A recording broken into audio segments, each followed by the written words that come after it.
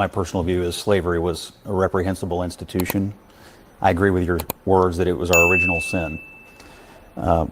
We also fought a war to eradicate it and to get over it as a country.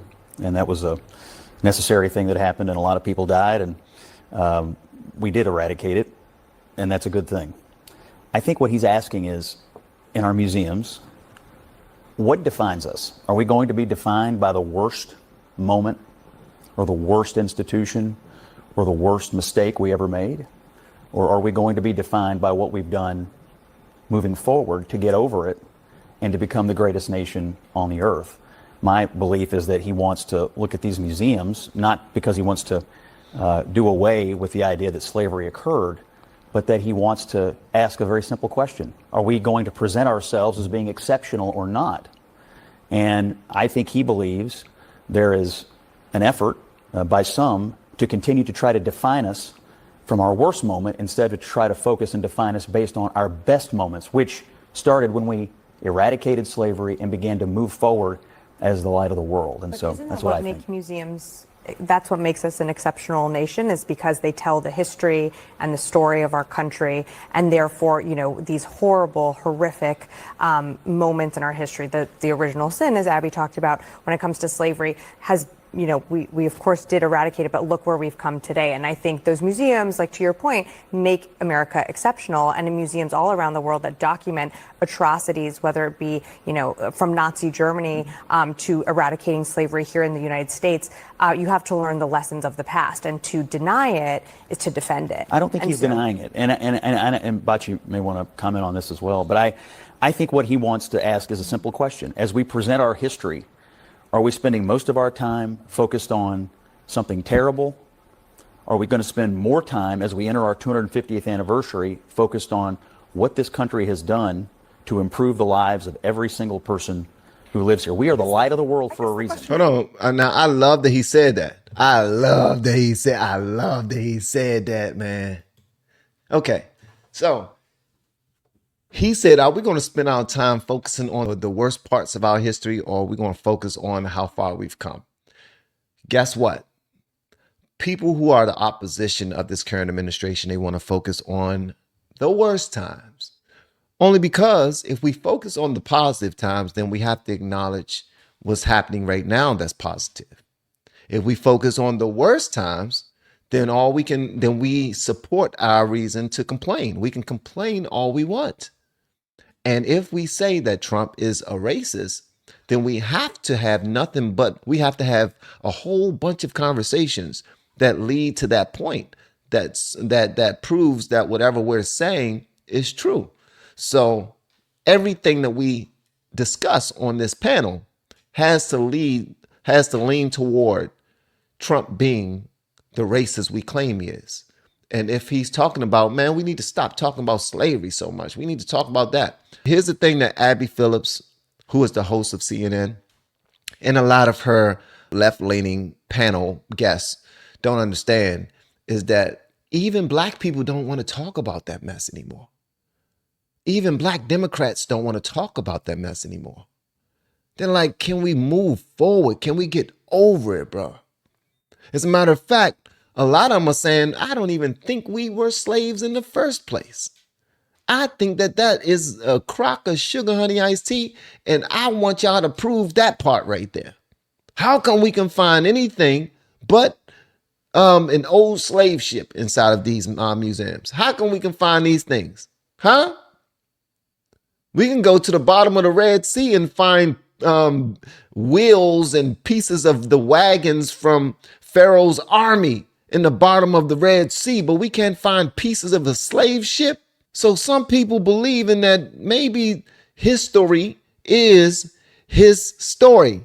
His story was changed to make certain people stay in that same victimhood mind frame and have these same dumbass conversations so that we not move forward and get anything done. So it's so many ways of looking at this.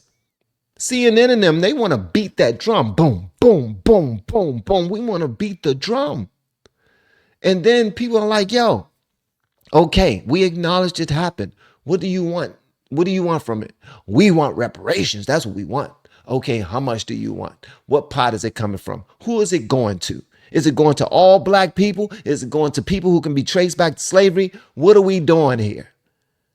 Most people are like, yo, you're not using my tax money to pay back a certain group of individuals for going through this, because we went through this and we went through that and we went through this. But then that group of people who want reparations are saying, well, other groups of individuals receive reparations and they didn't go through nearly as much as black people. So that conversation just continued to go around and around and around. And then it leads to accountability. Okay, are you bringing this up because you want to hold the white man accountable? Do you want to hold the federal government accountable? You want to hold the country accountable as a whole? Okay. Are we ever going to speak about our own personal accountability? Are we ever going to speak about people who actually received reparations? Those conversations it's like they're just trying to guide them the way that they want to guide them to continue all of the turmoil and darkness, because they don't want to move to any positivity, any objectivity, any love, any light. That right there goes against everything they stand for. So it's like, no, we want to stay right here. We want to park right here. Let's talk about it. Because every time we talk about slavery, the white man always want to say, can we move on from it? You're like, no, we don't want to move on from it. Please tell me one relationship that's positive in your life that was able to sprout and grow because you decided to stay on the darkest times of that relationship. You didn't want to move on to talking about anything positive. I don't want to discuss where we've come in this relationship. I don't want to discuss how much we love each other today. I want to talk about you cheating 10 years ago.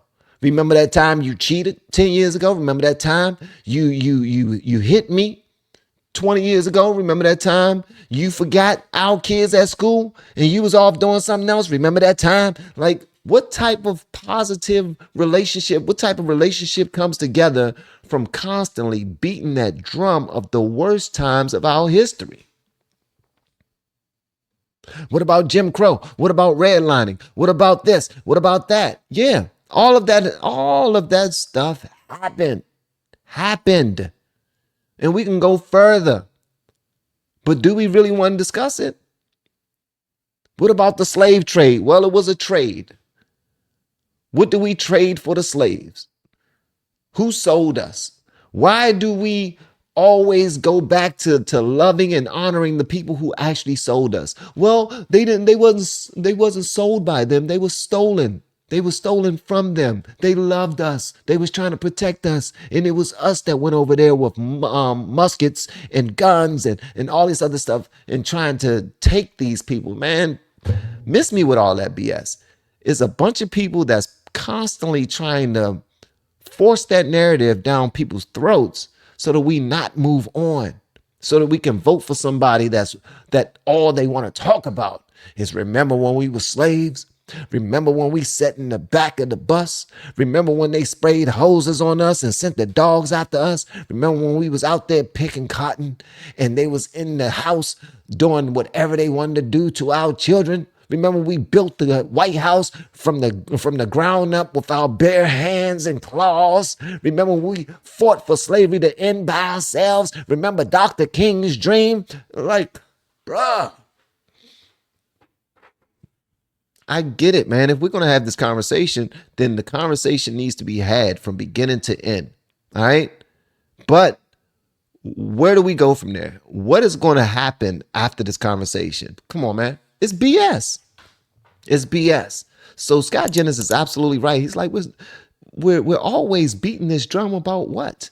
We have been helping people grow online. It has been absolutely amazing. We have helped many content creators get from zero to monetization in under 30 days. We even have a couple of these superstars who did it in 1 or 2 weeks. If you want to learn how to do YouTube, I don't care your age, I don't care what skills or talents you have. Trust me, I can help you do it effortlessly. Just reach out to me with the word coach and we can get it done. One more thing. We have a YouTube course that I just now created. I'm extremely proud of, and a lot of people are getting so much from. Purchase that course and work with us. You can join our private Facebook group and our daily group calls, which is 3 to 5 days per week. And you can learn so much more than you've ever learned before. I can't wait to hear from you. Love you. Peace.